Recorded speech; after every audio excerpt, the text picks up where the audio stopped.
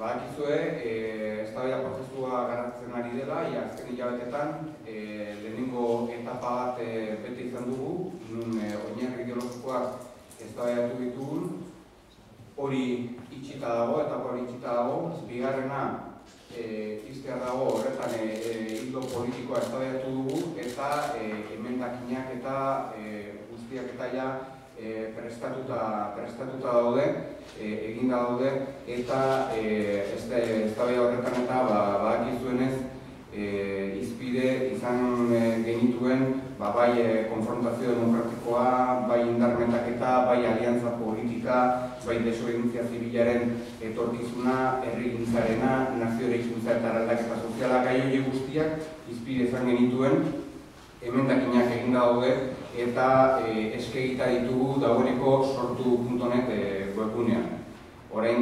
bozketa egitea, baino ez da gelditzen, herri eta auzo batzar guztietan. Eta antolaketa ereduari dagokionez, sortzaile prozesuaren hirugarren eta azken eztabaida izango da. Otsailaren 16an sortuk barne ardurak izango dituen kideak hautatuko ditu herri eta auzo batzarre guztietan, otsailaren 23an bere lehenengo biltzar eratzailea eginez amaiera emateko eztabaida prozesu honi. Beraz, prozesuaren azken txanpan gaude, eta honezkero balorazio positiboa egiterik baino ez daukagu. Zeren eta 6.000 lagun inguruz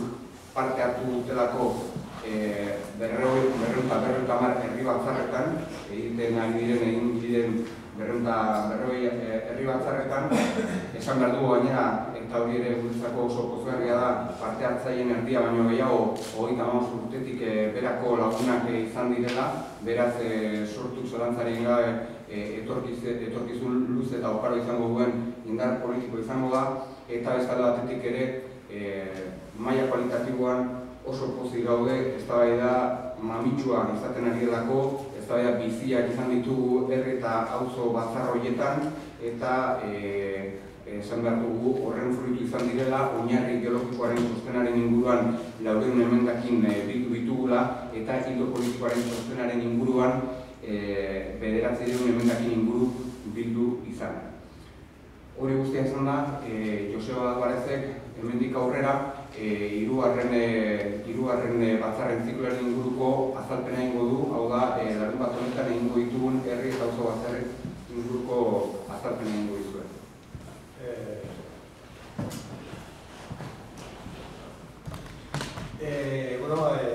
Egun guztioi, bihar hirugarrena da, Xierrek esan duen bezala hirugarren eztabaida da,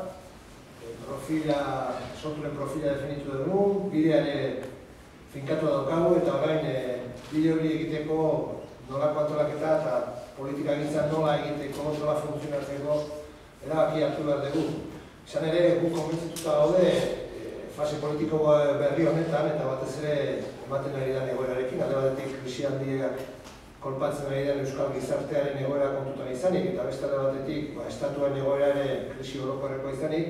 ez da gauza lantzarik gure burua behar dan bezala antolatzeko bagenu eta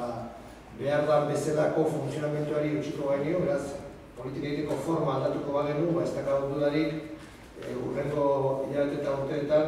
bai gatazkaren konponbidean, edo bai marko demokratikoaren osaketan,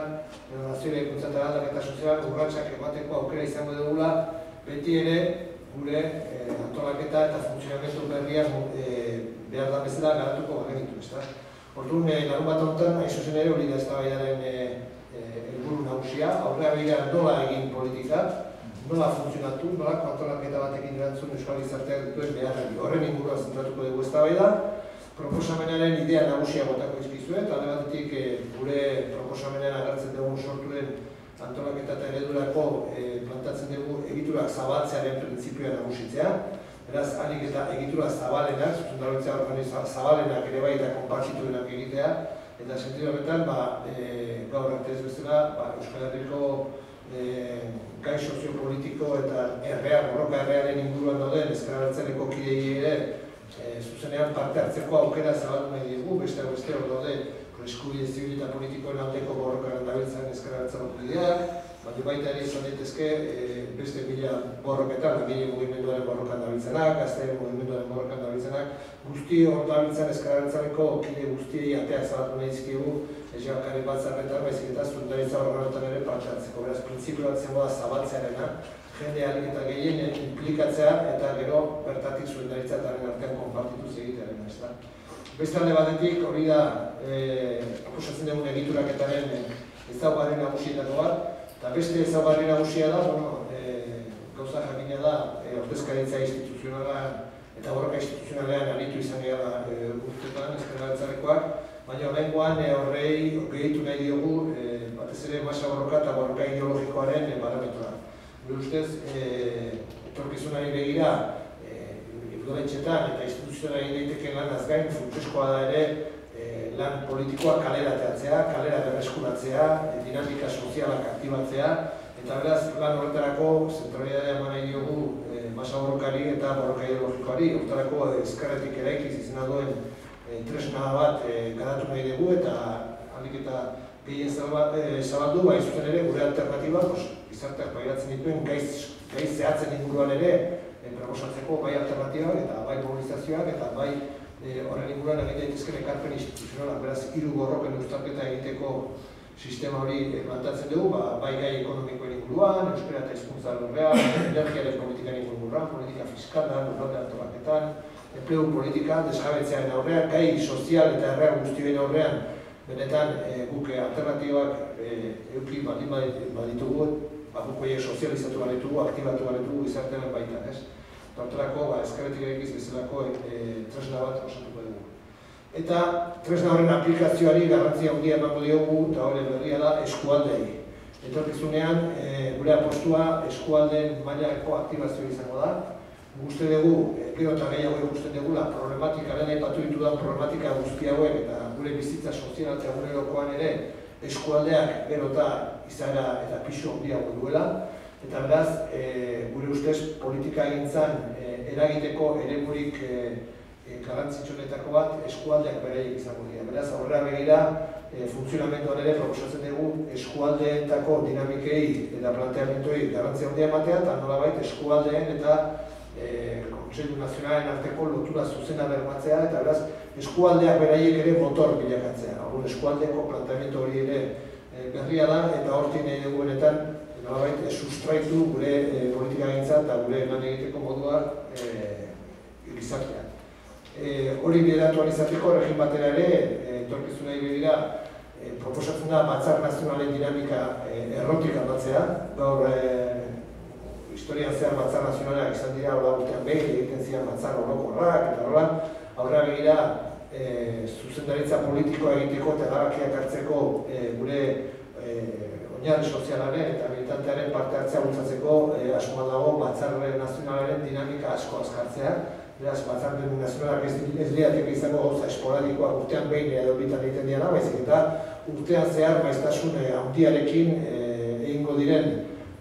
bilerak izango dira batzar nazionalak eta batzar nazionaletan proposatzen da herri guztietako ordezkaritzak zuzenean presente egotea. Eta beraz, era horretan, erabakiak hartzeko eta barne parte hartzeko bide horretan, askoz ere protagonismo handiago eman gure militantzia osoari. Esko izango izake hirugarren edo ezaugarri handineteko bat, eta gero azkenean eta azkena bukatzeko esango nuke sortu nahi dugun beste tresna importante bat sarea izena duen egitasmoa dela. Gure asmoa da, gure sorturen barne bizitza politikoan militantzia osoaren parte hartzea sustatzea eta parte hartzeko komunikazioa ere ziurtatu bat zaio militantziari. Militantziarekin ideak kontrastatu behar dira, barne konsultakin behar dira, barne eztabaidak eta formakuntza egin behar da, eta beraz ezker abertzaleko militantzia oso zabaldua dago euskal gizartean, oso esparru diferentetan dabilanean, eta gure asmoa da guzti horiek militantzia guzti hori, gure oinarri sozial guzti hori lotuko duen sare bat, zigor erraldoi bat osatzearen asmoa daukagu, eta hori izango ditzake ere norberaren lan politikoaren dinamizazioarako. Beraz, hau dira idea nagusiak, horien inguruan eztabaidatuko dugu bihar, eta gure pentsamoldean da asmatzen baldin badugu ez bakarrik ideak berritzea, bideak berritzea baizik eta antolakuntza, eta batez ere funtzionamendua eta politika egiteko beste modu bat asmatzeko anima dugu, etorkizun oparoa izan duzegula. Bihar, hain zuzen hori izango da eztabaidaren momentua. Bai, eta horregatik eztabaidatuko ditugun gauzak hain importanteak direlako, ez dugu agerraldia amaitu nahi, Ezker Abertzaleko kidego guztiari batzarretan, biharko batzarretan parte hartzeko deia egin gabe. Eta zentzu horretan eta Euskal Herriko independentista eta sozialista guztiei deialdia egiten diogu bertan antolatzeko, sorturen baitan antolatzeko eta bihartik aurrera ere horretan jarduteko. Hori da gure deialdia eta hori da gure nahia.